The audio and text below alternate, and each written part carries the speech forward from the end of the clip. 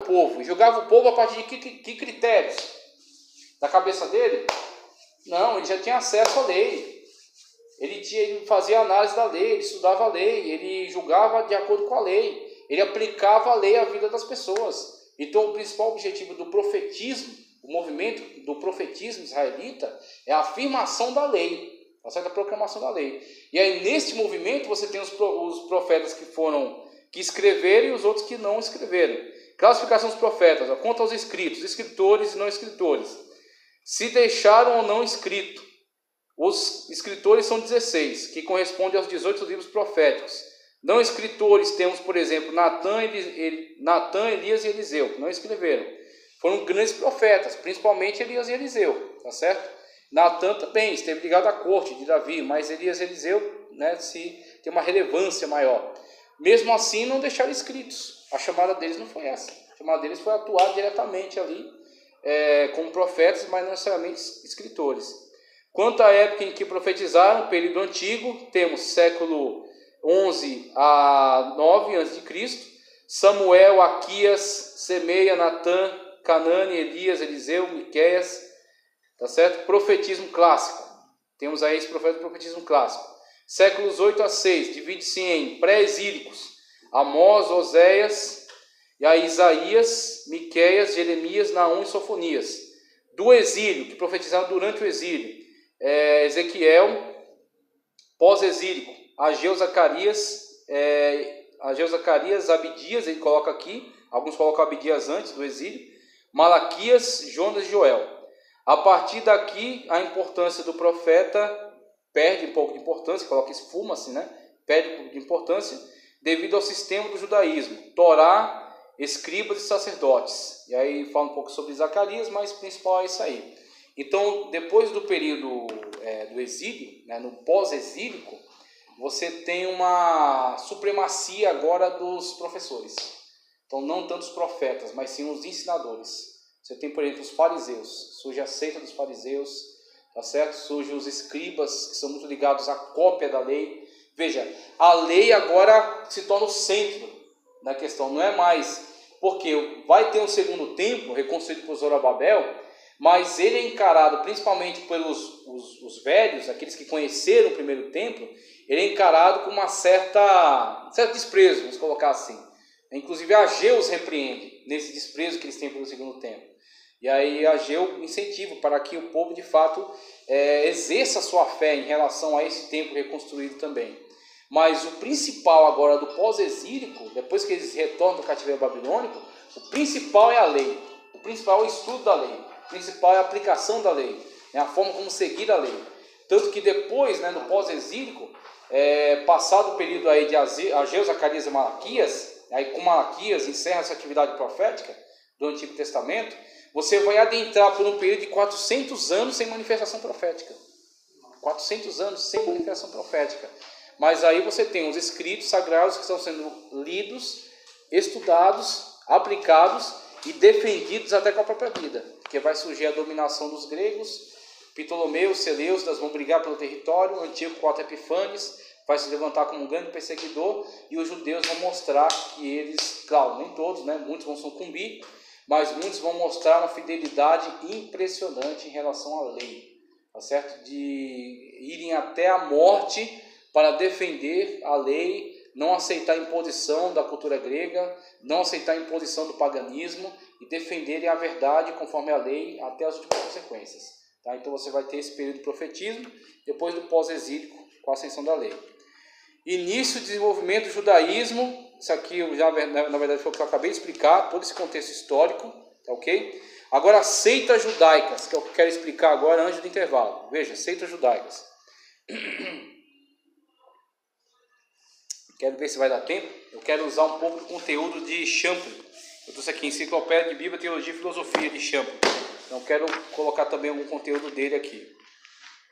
Seitas judaicas. Segundo a maioria dos críticos, o judaísmo, veja, judaísmo, Falei sobre hebreus, falei sobre israelitas. Judaísmo, especificamente. Segundo a maioria dos críticos, o judaísmo iniciou na Babilônia. Por quê? Você tem somente a tribo de Judá sendo deportada para a Babilônia, permanecendo viva lá como povo, algo até que eu acho que nem mencionei, mas um dos maiores questionamentos em relação à permanência e ao retorno, claro, primeiro de tudo, o desígnio de Deus. Óbvio, o desígnio de Deus sobre esse povo, que já havia, por meio de Jeremias, profetizado o retorno do cativeiro. 70 anos de cativeiro e o retorno. Agora, numa visão apenas histórica, numa análise apenas sociológica, como é que esse povo sobreviveu? Sendo que povos muito maiores do que ele sucumbiram e se perderam na história. Como é que o povo judeu foi arrancado da sua terra, foi arrancado de todos os referenciais gregários, né? Foi lançado numa nação estrangeira, interagiu com povos pagãos naquele lugar, interagiu com diversos outros povos, na condição de subalternos, de escravos, né? E como é que eles se manteram como um povo coeso, em torno de uma cultura, em torno de uma tradição? Então, isso não é tão detalhado, não tem elementos escriturísticos, né, históricos tão detalhados, mas aquilo que muitos têm concluído é que o que manteve esse povo vivo no cativeiro, em torno dessa cultura, foi o estudo da lei. Por quê? Você não tem mais a terra, você não tem mais o tempo, você não tem mais sua liberdade. Ao que você vai se apegar?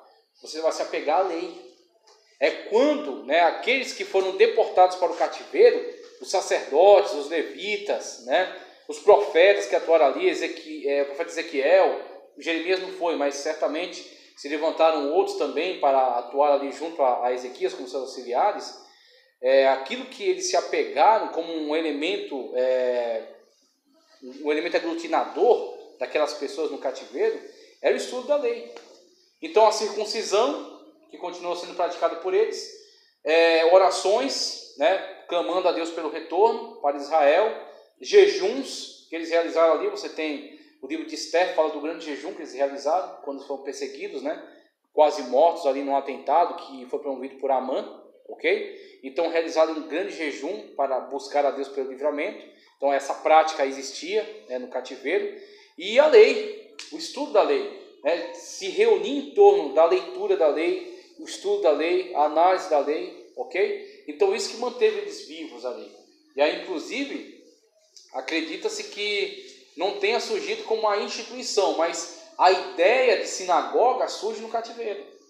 Aí ela será realizada quando eles voltam para a sua terra, que eles têm mais autonomia. E aí você vai ter o templo sendo reconstruído, mas no meio do povo, nas vilas, nas aldeias, nas cidades, tá certo? Você vai ter a proliferação de sinagogas. A proliferação de sinagogas.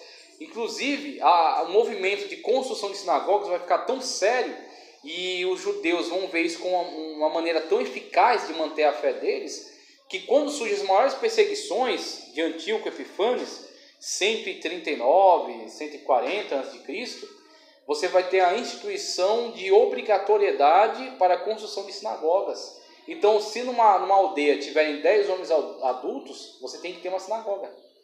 Nem que seja uma pequena sinagoga. Mas você tem lá uma sinagoga, não pode realizar sacrifício numa sinagoga, não pode se realizar cerimoniais de Levítico numa sinagoga. Numa sinagoga você entra lá, eu já fui em uma, já frequentei uma lá aqui em Pinheiros. Você entra, você faz orações, você canta alguns hinos, que eles têm lá, o Sidur, tem alguns hinos. Você recita lá algumas preces, tá ok?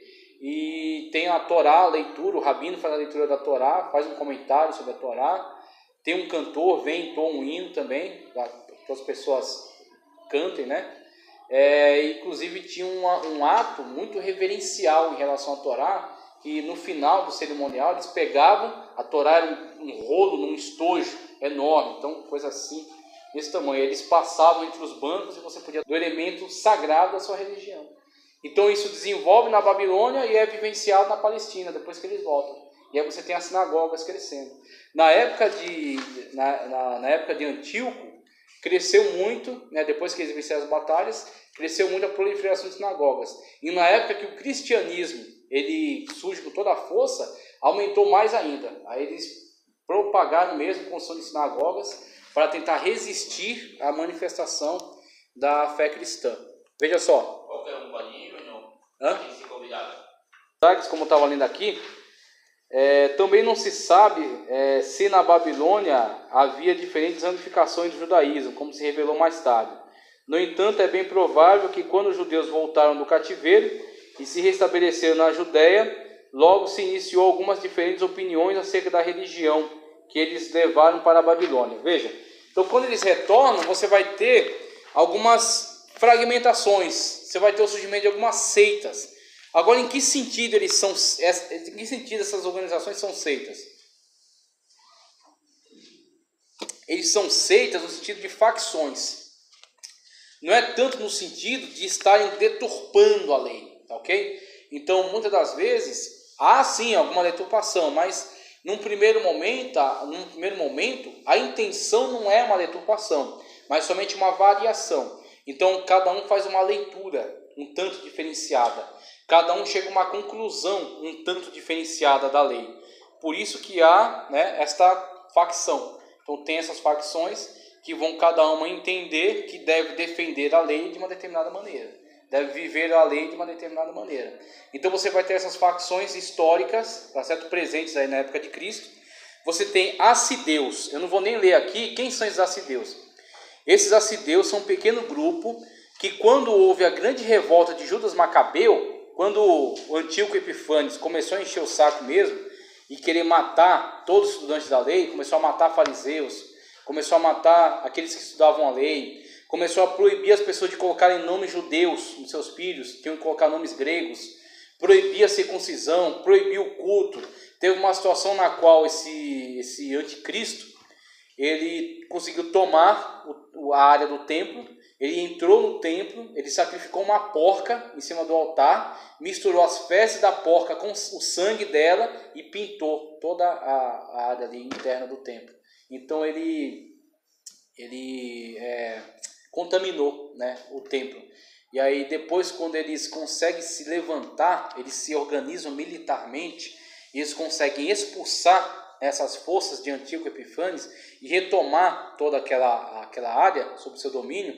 Eles realizam todo um ato de purificação no templo, e aí surge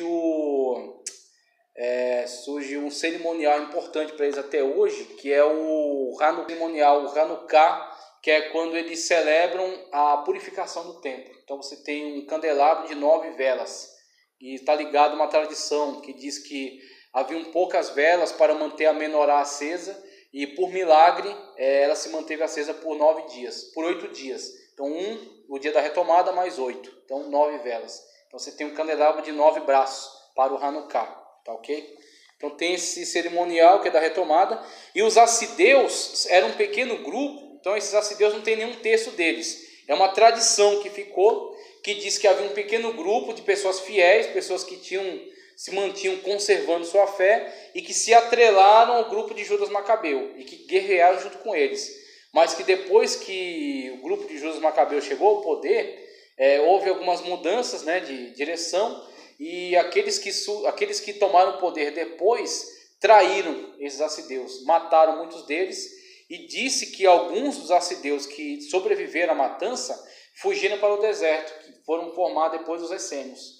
Então, algum fragmento dos assideus que haviam participado da libertação de Israel, da dominação grega, eles foram traídos, foram mortos para numa espécie de um acordo que fizeram lá com os sírios. Então, os sírios queriam se vingar, então cobraram disso a morte desses assideus. Muitos deles morreram, aqueles que sobreviveram fugiram para o deserto, formando depois os essênios. Agora, isso são hipóteses, tá? Não tem muita informação sobre eles. Fariseus, que diz aqui, ninguém sabe dizer com precisão o que significa a palavra fariseu. Alguns têm dito que vem da palavra Hassidim, ou Hassideu, conhecidos como os piedosos dos templos dos Macabeus, até porque o perfil religioso e social dos fariseus indica que eles herdaram a teologia amoral, a ética e os preceitos religiosos dos hassideus, tanto no que diz respeito à vida social e religiosa, como à questão política. Outros têm dito que a palavra fariseu vem do grego farisaio, que se deriva do hebraico perushim, usado para designar a ideia de separado. Mas, ao que parece, a primeira propositura é mais verossímil. quanto a data exata em que esta seita começou a se desenvolver, também ninguém sabe informar. O que se pode dizer com segurança é que suas origens não remontam ao 2º século a.C. Já quanto à teologia e o modo social e religioso dos fariseus, temos muitas informações. Sabe-se que eram muito dados ao estudo da Torá e da lei oral, sendo produtores da maioria dos doutores da lei judaica. Veja, a questão dos fariseus no pós-exílio, há uma ascensão da Torá, tá certo? Uma supervalorização do estudo da Torá. Com essa supervalorização do estudo da Torá, surgem esses professores. Então, os fariseus, que são esses professores, que são esses puritanos, vamos colocar assim, nesse contexto, né? Como outra tradução sugere aqui, até separados. Então, são aqueles que estão dedicados, totalmente dedicados ao estudo, tá certo? E à aplicação da lei na íntegra. Tanto que no meio dos fariseus vai surgir um princípio que é chamado de construir um muro em torno da Torá.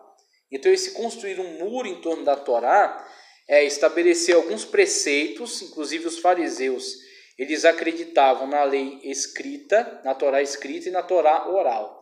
A Torá oral é um conjunto de tradições que foram passadas de geração em geração, tá ok? Então, os professores mais antigos interpretavam a lei, produziam comentários, produziam ensinamentos, e aí você tem, de um lado, a própria lei escrita, que está ali sendo ensinada. Do outro lado, os ensinos, aquilo que os professores entenderam da lei. E aí, esses ensinos são passados de geração em geração. Os alunos aprendem e ensinam. Não está escrito, mas está memorizado. Então, surgem essas duas linhas. Os fariseus, eles valorizavam as duas. Valorizavam a Torá escrita, mas também valorizavam a Torá oral, que eram os ensinos dos mestres deles, que eles aprendiam e comunicavam, né, passavam adiante, e eles valorizavam no mesmo nível, na mesma revelação, na mesma autoridade que a Torá escrita. E aí os fariseus estavam muito envolvidos nessa atividade. Junto aos fariseus você tem os escribas. E é natural a união deles, porque os dois estão centralizados, né, os dois estão vinculados à aprendizagem e ensino da Torá. Os escribas são especialistas na Torá, porque eles são copiadores, né? Eles são copiadoras humanas. Então eles copiam, por eles estarem copiando toda a Torá, eles têm um conhecimento muito profundo, muito técnico. Agora, muitas das vezes, o escriba não tem toda a capacidade didática do fariseu. Então o fariseu se destaca porque ele é um referencial, porque ele cumpre na sua vida os preceitos, e ele constrói esse mundo em torno da Torá, que são ensinamentos, preceitos, extraídos da Torá, mas que são acréscimos a ela, tá ok? E os escribas, que são especialistas no conhecimento do texto. Então os dois estão muito associados, o escriba e o fariseu. Estão sempre ligados aí. Na época do Novo Testamento você vai encontrar as duas figuras disputando com Cristo. Ou um escriba chega para Cristo para importunar, fazer uma pergunta, tentar fazer uma pegadinha, porque conhece muito o texto. Ou um fariseu tenta também fazer uma pergunta e colocar Cristo numa situação difícil. Mas os dois, né, são desbancados pela sabedoria de Cristo. Saduceus. Os saduceus, não vou nem ler aqui. Qual é a situação dos saduceus? Eles são ligados ao sacerdócio, tá? O nome saduceu está muito ligado a Zadok. Quem é Zadok? Zadok é aquela linha sacerdotal que substituiu a linha de Eli. Então você tem Eli, um parente que sobreviveu de Eli foi Abiatar. Aí Abiatar chega até a época de Davi, tá certo? Quando chega na época de Davi, quando está velho, você tem a disputa para o trono. Então você tem Adonias de um lado, você tem Salomão do outro. Abiatar fica do lado de Adonias. E aí quando Adonias perde, Davi proclama Salomão como seu sucessor na linha dinástica. Abiatar, como a profecia já havia indicado, já havia revelado por meio de Samuel, Abiatar, que é da linhagem de Eli, cai. Esse sacerdócio é desprezado. E aí o sacerdócio de Zadok surge. Zadok está ligado a Salomão. E aí Salomão favorece Zadok, Zadok se coloca como sacerdócio oficial, e daí para diante Zadok se torna um sacerdócio oficial. Depois do cativeiro, aqueles que conseguem comprovar a linhagem genealógica de Zadok estão ligados ao segundo templo, ao templo reconstruído. Assim, Zadok vai dar o nome de Sadoc ou Saduceus. Então, a partir dessas traduções aí, surge o nome Saduceus. E o que acontece? Uma das coisas que a gente vê muito em relação aos saduceus é que eles têm um conflito em relação aos fariseus. Os fariseus, eles valorizam tanto a Torá escrita quanto a Torá oral, que são as tradições dos ensinadores, tá certo? Os saduceus só querem saber da lei. Para os saduceus, a única coisa que importa é a lei de Moisés, o Pentateuco, os 5 livros. É só isso que importa para eles. E outra coisa, eles acreditam que existe somente Jeová e o resto dos outros conceitos espirituais não existem. E eles não creem nem em anjos. Então eles creem que só existe só Deus e a lei, só. E aí, como eles estão ligados ao templo, eles acabam sendo como que a liderança, não somente religiosa, mas a liderança política de Israel também. Porque estão ligados ao templo, que é a instituição mais importante de Israel. A religião, o templo. Então, pelos saduceus, sendo um sacerdócio, estar ligados ao templo, quando uma nação estrangeira tenta negociar alguma coisa com Israel, ele procura um líder. Quem é o líder? Tem ali o saduceu, tem o pessoal ligado ao templo. Então vamos negociar com eles. Então os saduceus acabam se tornando uma liderança política em Israel. Eles são religiosos, mas eles acabam se tornando uma liderança política também. Então você vê muitos saduceus ligados a esse diálogo com os governantes, primeiro os de origem grega, né? Os Ptolomeus e os Seleucidas, e depois os romanos. E aí, com essa proximidade entre os saduceus e esta cultura, acaba tendo como que vamos dizer assim, uma característica dos saduceus menos puritana do que os fariseus. Os fariseus são mais puritanos. Os fariseus estão muito ligados à prática da lei, à guarda da lei, ao ensino da lei, a construir um muro em torno da lei, de preceitos, né, que eles têm das tradições orais. Agora os saduceus estão ligados mais à ritualística, então os calendários de festas, eles cumprem isso aí, né, são responsáveis por isso, ao templo, manutenção do templo, e também negociam politicamente com esses outros governos. Então eles acabam sendo uma linha mais política mesmo, uma linha ligada mais a questões políticas e religiosas nesse sentido, tá ok? Os essênios, como eu já falei para vocês, alguns acreditam que eles sejam um resquício aí dos assideus, que foram traídos, né, depois dessas guerras dos macabeus. Alguns deles migraram para o deserto, se isolaram para o deserto e se tornaram uma seita apocalíptica. Então os essênios, daqui a pouco a gente vai para o intervalo, hein? Os essênios, eles se separam de toda atividade das cidades, eles se isolam no deserto, eles estabelecem para si muitos atos de purificação, uma ritualística toda ligada à purificação, e eles acreditam que o Messias está para vir a qualquer momento. Então eles estão no deserto, eles se tornam monges celibatários, tá? Então eles não tinham interesse em multiplicar, não tinham interesse em reproduzir, em perpetuar. Eles se isolaram no deserto esperando a vinda do Messias. E aí eles realizam diversos atos de purificação, e os trabalhos que eles estão envolvidos são principalmente a confecção de hinos, a confecção de alguns tratados, de alguns textos sagrados, de alguns comentários, mas o mais importante dos essênios. Aí, por isso que os essênios, eles ganharam uma relevância extraordinária para nós. O que nós devemos agradecer aos essênios? Eles copiaram os textos da lei. Eles copiaram os textos do Antigo Testamento. Você encontra quase todos os textos do Antigo Testamento copiados pelos essênios. Eles copiaram esses textos no deserto, eles guardaram esses textos em recipientes de barro lacrados, e quando Roma invadiu para destruir com tudo, tanto os judeus das cidades, quanto também todos que estivessem na região, inclusive os essênios esconderam esse material em cavernas, e isso foi achado depois de mais de 1000 anos, tá certo? Quando um pastor de ovelhas muçulmano, procurando uma ovelha dele, jogando pedra nas cavernas, ele joga a pedra numa determinada caverna e ele ouve barulho de louça quebrando. Quando ele vai lá ver, ele acha lá um vaso enorme com textos dentro, rolos de textos guardados lá. Aí ele sabia que para ele aquilo não tinha nenhum valor, mas ele, esperto que era, chama estudiosos que ele sabia que tinha na cidade, e aí quando o estudioso vai lá ver, encontra, analisa, e descobre que aqueles textos são de pelo menos 100 anos antes de Cristo. Nós estamos falando aí de 1948, eu acho que quando foi descoberto os textos de Qumran, a caverna de Qumran, o Wadi Qumran. Então os essênios são responsáveis por esse tesouro arqueológico. Eles copiaram e guardaram. Quando você abre os textos de Qumran, abriram lá um livro de Isaías, 100 a.C., aí pegaram o texto de Isaías, 1000 depois de Cristo, a tradição maçorética, copiaram os dois, exatamente igual. Nenhuma diferenciação.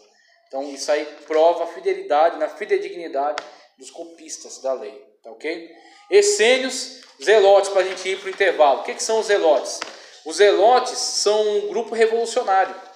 Então os zelotes, né, ligado a Zelo, é o grupo que não aceitava a dominação romana de jeito nenhum. Eles queriam se libertar de Roma por meio das armas. Então o que eles faziam? Como eles não tinham condições bélicas, né, para uma guerra declarada, uma guerra aberta, eles faziam guerrilhas. Então eles atacavam destacamentos romanos que estavam se mobilizando durante a noite. Eles faziam pequenos saques, né, faziam pequenos atentados, tentando desestabilizar os romanos. Agora o problema é, eles não conseguiram, nem iam conseguir combater, né, o poderio romano.